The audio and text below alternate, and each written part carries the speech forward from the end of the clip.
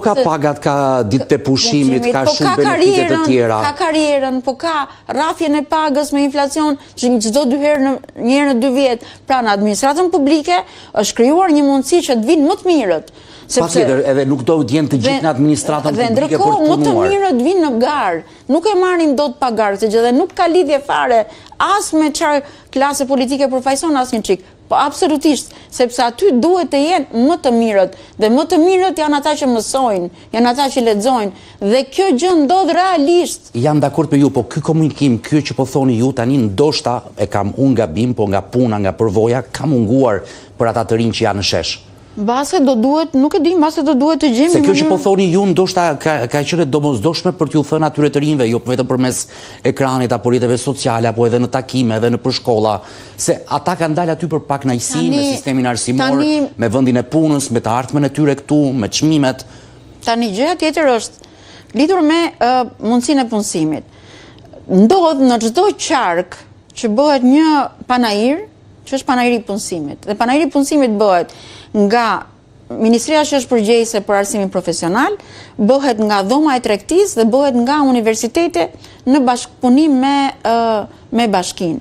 Dhe në të gjitha këto vende që tregohet çfarë mundësi shketi për të shkuar në një universitet X, që mund të jetë privat o publik, dhe çfarë mundësi shketi për të zënë punë mbasi mbaron këtë universitet në një vend pune, ku vendi i punës ka edhe një përshkrim për pagën që do përfitosh kur të mbarosh Fakultetin e Shkencave Stomatologjike dhe do punosh në sektor privat, mundësinë e ke kaq, vendet e punës janë e zëm 100, po të punosh në sektor publik, vendet e punës janë 5 dhe paga jote është kaq.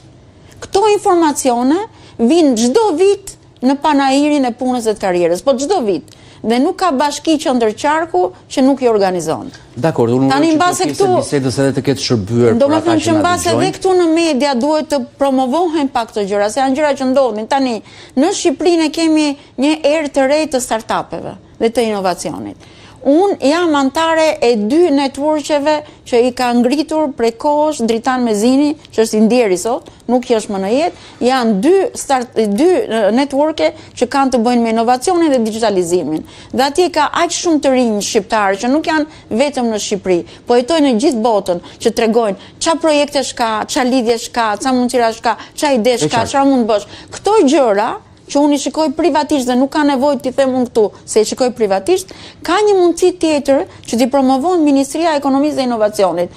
Ka hapen thirrje për inovacion për startupe. Nuk fitojnë të gjithë. Dhe çdo startup është i suksesshëm. Startupet kanë gjithmonë një rejt më sukses. Por ama këto gjërat janë duke ndodhur dhe ka të rinj që përfitojnë nga këto startupe. Se ku shkojnë ato? Ku shkon mundësia e startupeve? Ti duhet kesh një mosh, duhet kesh një profil, duhet kesh një pasaport për ta fituar këtë gjë. Pra ekziston dhe kjo mundësia. Dhe gjithandej për të fituar këto është garë. Nuk ka njoje, nuk ka rekomandim. Ne deputetët e kemi të ndaluar, po e kemi mos. Tash nëse ka ndodhur sot se në të shkuarën, me thënë të drejtën, ka qenë një realitet tjetër, promocion deputetin, ministrin, kreun e partisë, nuk e gjej dot vendin e punës. Po ka ndryshuar këto ditë të protestës? Po se nuk është kështu, sepse kjo është një nga politika që bën prej kohës të Partia Socialiste. Ne rekomandojmë si të zgjidhet problemi, po jo si të punësojnë. E rëndësishme është që ata njerëz që janë në shesh, ne e thamë dhe pak më përpara, e thash dhe unë, edhe ju kanë arsye nga më të ndryshmet, por gjithë përbashkët kanë pak kënaqësinë. Pra, pak kënaqësinë sikush e ka personale, por e përbashkëta i kam mbledhur në shesh. Ti kthehemi në minutat e fundit asaj që po ndodh në parlament. Kemi parë gjatë gjithë këtyre ditëve të protestës edhe debatin me Partinë Demokratike, Tauland Balla, por edhe të tjerë socialistë kanë thënë që nuk mund të jetë PD-ja zëdhënëse e protestës. Patjetër, nuk ka ndodhur asnjëherë që protestat vi dhe të bëhet diskutim për mocion, bëhet debat me mocion për një protestë. Nuk mundet, se nuk mund të kthehet parlamenti në zëdhënësin e protestave. Duhet gjetur një formë komunikimi, siç u thash, por kjo nuk është forma e komunikimit. Dhe Partia Demokratike nuk përfajton protestën. Protestën bile prandaj dhe në për këto media tona dhe në diskutime kemi thënë që është protestë qytetare, është e hequr nga klasa politike, se ato nuk thon vetëm Rama t'japi dorë heqen. Patjetër, aty është Rama Burg, Berisha në Burg, është edhe kjo thirrje e përbashkët. Kjo është një gjë.